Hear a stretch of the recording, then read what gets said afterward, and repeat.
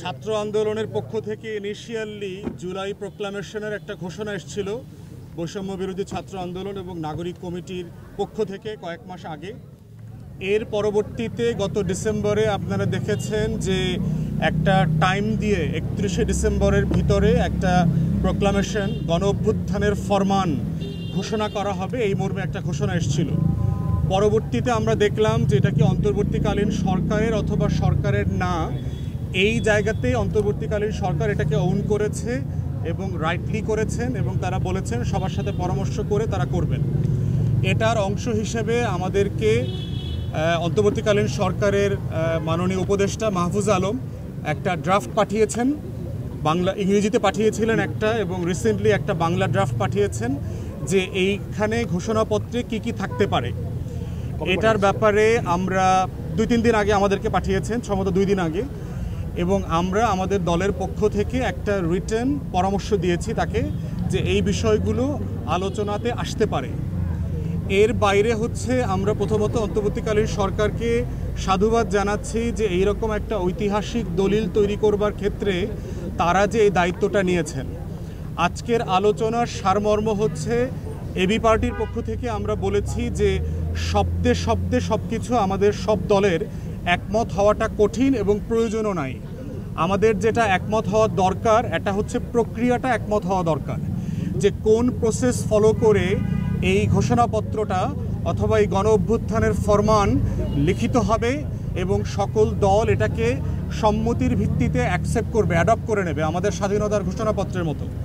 সেক্ষেত্রে বিভিন্ন রাজনৈতিক দলের পক্ষ থেকে পরামর্শ এসছে যে সংবিধান সংস্কার কমিশনকে দায়িত্বটা দেয়া যায় কিনা, অথবা এই রকম অন্য কোনো কমিটি অথবা কমিশনকে দায়িত্ব দেয়া যায় কিনা যারা সকল রাজনৈতিক দলের সাথে পরামর্শ করে তাদের ফিডব্যাক নিয়ে মূল্যায়ন নিয়ে একটা ঘোষণাপত্র, একটা ফরমান সরকারের পক্ষ থেকে ফরমালি জানাবেন জাতির উদ্দেশ্যে যে জুলাই আগস্টে এই ফ্যাসিবাদ বিরোধী আন্দোলনের আকাঙ্ক্ষাটা কী ছিল।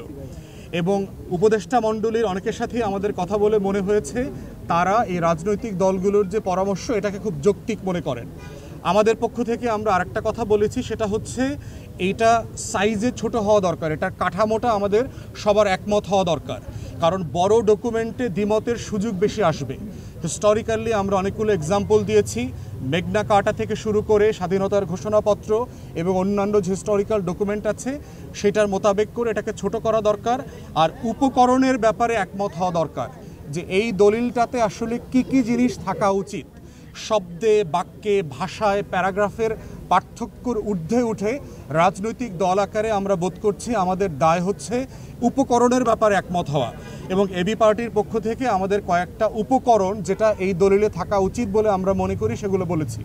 প্রথমত বলেছি যে এই দলিলটাতে আমাদের এই জনপদের, এই বাংলার মানুষের শত শত বছরের যে লড়াইয়ের ইতিহাস আছে, গল্প আছে, আমার জীবনের যে অসংখ্য ত্যাগ কোরবানি আছে শত শত বছরের, এই গল্পগুলোকে এখানে অ্যাকনলেজ করা দরকার। সেটা আপনি 1757 পলাশী থেকে শুরু করেন, অথবা ব্রিটিশ বিরোধী আজাদির আন্দোলন থেকে শুরু করেন, ঢাকা বিশ্ববিদ্যালয় প্রতিষ্ঠা, পাকিস্তান রাষ্ট্র বানানো, 71-এর মুক্তির লড়াই, তারপরে 90, 2024, এই সবগুলো ঐতিহাসিক উপকরণকে এই দলিলের ভিতরে ইনক্লুড করা দরকার কোনো না কোনো ফর্মে। দ্বিতীয়ত হচ্ছে 24-এর গণ অভ্যুত্থানে যারা 3 মাস ধরে অংশগ্রহণ করে চরম স্যাক্রিফাইস করেছেন তারা যেমন গুরুত্বপূর্ণ, এই আন্দোলনটাকে 16 বছর ধরে রাজনৈতিক দলগুলো যে ত্যাগ তিতিক্ষা এবং মানে কোরবানির ভিতরে শাহাদাতের মধ্য দিয়ে এটাকে ধরে রেখেছেন তাদের অবদানকেও স্বীকার করতে হবে।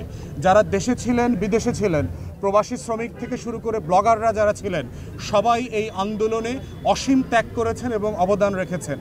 আমরা কোনো অবদানকে যেন ছোট করে না দেখি, খাটো করে না দেখি। 16 বছরের আন্দোলন আর 3 মাসের আন্দোলন অথবা 3 সপ্তাহের আন্দোলন প্রত্যেকটা এই গণ অভ্যুত্থানের ফুয়েল আকারে কাজ করেছে। আমরা প্রস্তাব করেছি এই ঘোষণাপত্রে তার প্রত্যেকটা উপাদান যেন জড়িত থাকে।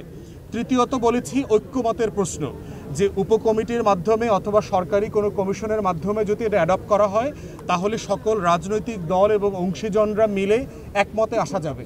কারণ হচ্ছে এই লড়াইয়ের গল্পটা একত্রে আমরা করেছি ফ্যাসিবাদ বিরোধী আন্দোলনের অংশ হিসাবে, ঠিক একইভাবে ঘোষণাপত্রটাও একত্রে আমাদের সবাইকে একমত হয়ে করা দরকার। এই ছিল আজকের আমাদের সারাংশ। প্রফেসর ইউনূস সাহেব খুবই আন্তরিকভাবে আমাদেরকে রিসিভ করেছেন। ছোটোখাটো কিছু ইনফর্মাল যে দুর্বলতা ছিল সেগুলোর জন্য প্রধান উপদেষ্টা এবং অন্যান্য উপদেষ্টা দুঃখ প্রকাশ করেছেন, ক্ষমা চেয়েছেন। আগামীতে রাজনৈতিক দলগুলোর সাথে আরও বেশি সমন্বয় কিভাবে করা যায়, কাজ করা যায়, একসাথে সবাইকে নিয়ে কিভাবে এই ঘোষণাপত্র প্রণয়ন করা যায়, প্রফেসর ইউনূস সে ব্যাপারে ওনার দৃঢ়তা ব্যক্ত করেছেন এবং একসাথে কাজ করবার জন্য অঙ্গীকার করেছেন। এটা হচ্ছে আমাদের ছোট্ট ব্রিফিং। যদি কারো প্রশ্ন না থাকে, ধন্যবাদ সবাইকে।